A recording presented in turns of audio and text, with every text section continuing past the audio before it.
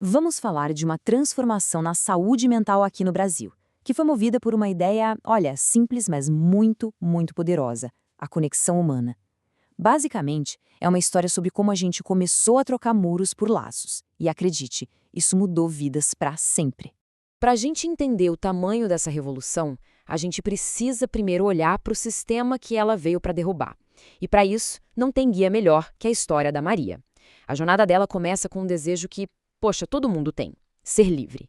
Só que para ela, esse desejo custou 40 anos. 40. Então, vamos começar por aí, dando uma olhada nessa realidade bem sombria do antigo modelo de manicômio. A história da Maria, como a gente vai ver, ilustra perfeitamente o problemão que precisava, desesperadamente, de uma solução. Imagina só, com 18 anos, a Maria só queria o que é básico, né? Uma chance de estudar, de trabalhar. Ela estava presa numa vida de servidão e para ela a cidade era a única saída.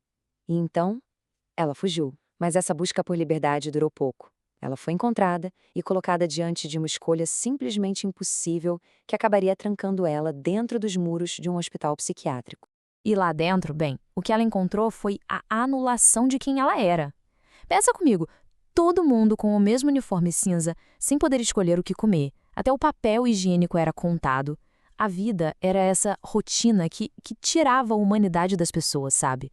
E qualquer sinal de resistência era simplesmente esmagado. Era um sistema feito para controlar, não para curar.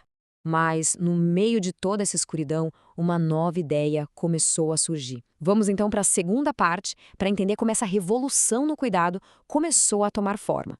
Essa reforma na saúde mental, ela não surgiu do nada, sabe? Estava tudo conectado com os grandes movimentos sociais da época.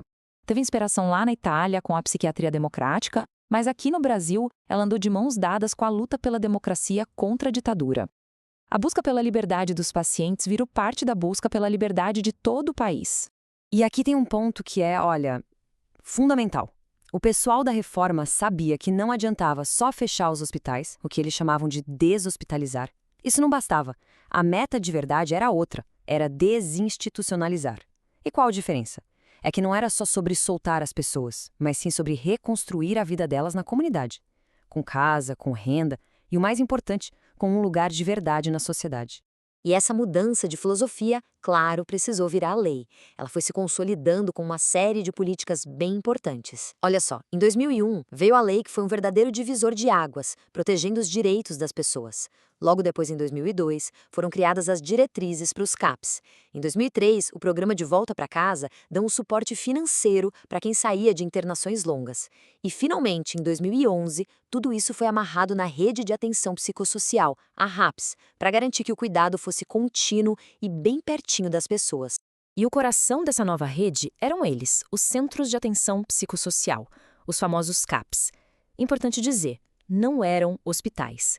Eram centros comunitários de portas abertas. Eles viraram o eixo de tudo, o lugar onde o cuidado acontecia pela integração e não mais pelo isolamento. Ok, mas como é que tudo isso, toda essa mudança na lei funcionou na prática, no dia a dia? Agora a gente chega no coração da nossa conversa, o poder que a conexão tem de transformar vidas. E é aqui que a gente reencontra a Maria. Depois de 40 longos anos, ela finalmente saiu do hospital. E olha que importante, ela não foi simplesmente solta para se virar sozinha, nada disso. Ela se mudou para um serviço residencial terapêutico, uma casa no meio da comunidade e começou a receber apoio diário num CAPS. Pela primeira vez em décadas, ela tinha um lar. E para Maria, a liberdade não era uma ideia abstrata, sabe? Eram as pequenas coisas do dia a dia. A autonomia de poder pegar uma concha e se servir com a quantidade de comida que ela quisesse. O simples poder de ligar e desligar a luz do quarto quando bem entendesse. A dignidade de aprender a usar dinheiro, de ir no mercado e comprar as próprias coisas. Isso não é pouca coisa, não. Eram reconquistas gigantescas da própria humanidade dela. Mas o que tornou tudo isso possível? A resposta está numa palavra: vínculo. Essa é a ideia central de tudo. Não é só sobre tratamento, remédio, terapia, não. É sobre construir um laço. Um laço de confiança, de carinho, de afeto. É a relação humana que se torna, no fim das contas, a ferramenta de cura mais poderosa que existe. Para a gente ver esse tal de vínculo em ação, vamos conhecer a história da Paula. Ela era uma estudante de enfermagem de 20 anos que chegou no CAPS no fundo do poço, depois de uma tentativa de suicídio. Tava apática, desconfiada, sem conseguir se conectar com ninguém. O sistema antigo, a gente sabe, teria isolado ela ainda mais. Mas o novo sistema fez exatamente o contrário. A equipe do CAPS não focou só nos sintomas. O foco foi em construir um vínculo com ela dia após dia. E o resultado? Bom, num outro momento de crise, quando a vontade de se machucar voltou com tudo, não foi um remédio que segurou a barra. Foram as palavras dela mesma. Ela disse: "Eu tenho vocês e o CAPS." Essa conexão virou a sua tábua de salvação. A história da Paula acende um alerta pra gente sobre a importância de ouvir.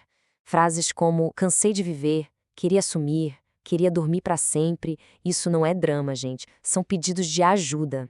E tem aquela ideia errada e perigosíssima de que, quem fala não faz. Isso é um mito. Qualquer menção, por menor que seja, precisa ser levada a sério. Cada sinal desses é um chamado para a gente se conectar. E o poder desse vínculo vai além das crises mais agudas. Vamos pegar o caso do Cássio, um menino autista de 17 anos que cresceu em abrigos e não falava. O jeito que ele tinha de expressar a angústia dele era através da agressão.